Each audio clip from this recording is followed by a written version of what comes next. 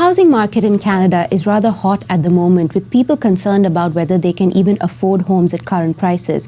Vanguard recently released a report that examined 4 markets, the US, the UK, Australia and Canada, and found that Canada and Australia stand out, both for the high cost of housing as well as high levels of household debt. What does this mean for Canadian home buyers and home prices going ahead? And what does it indicate for the larger Canadian economy? With me to discuss this is Todd Schlanger, Vanguard Senior Investment Strategist. Todd, thank you so much for joining us here today. Thank you very much for having me. For investors, there is this mental gap in their mind where they believe that housing prices and the global financial crisis are actually connected. How are you reading this situation? Because right now there is some fear that we might be heading into a recession. Sure. So there's the broad, probability that we would enter a recession, and then there's the housing market, and so we can go through kind of both of them. But broadly, the findings of our report is that a lot of these structural forces that have supported the increase in housing prices that we've seen are beginning to moderate. And so with that moderation, in other words, let's say with interest rates, lower interest rates have supported higher housing prices. Population growth in Canada, for example, and other places has been rather strong.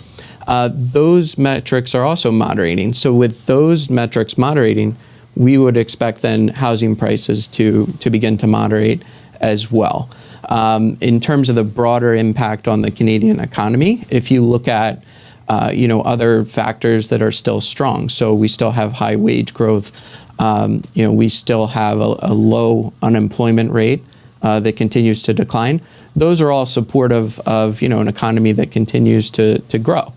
And so it's really a situation where we think growth will likely slow, but we're not calling for, at least, and these things are hard to predict, of course, but in the next 12 months or so, we wouldn't be calling for a significant risk of a recession in Canada. But we may, see a slowdown in the pace of growth. And one thing that the report did flag off was the high levels of Canadian household debt. How do you think this plays into the entire equation? And if there were actually to be a correction, how would that impact the debt levels?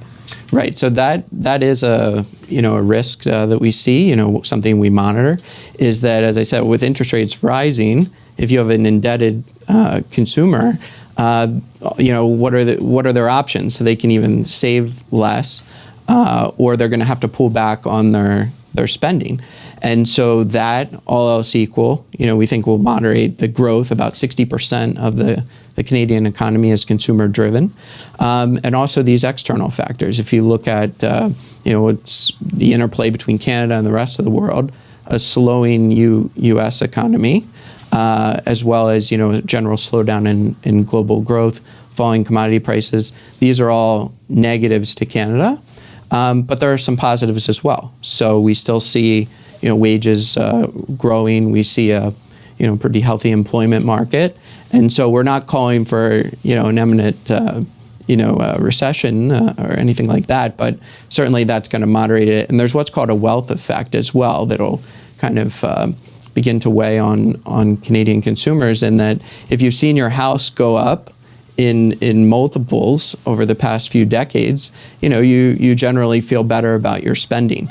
And so as that begins to moderate, so may their spending, and then there'll be likely knock-on effects for general growth in Canada. Great. Thank you so much for joining us with your perspectives, Todd. Thank you for having me. For Morningstar.ca, I'm Ruth Saldana.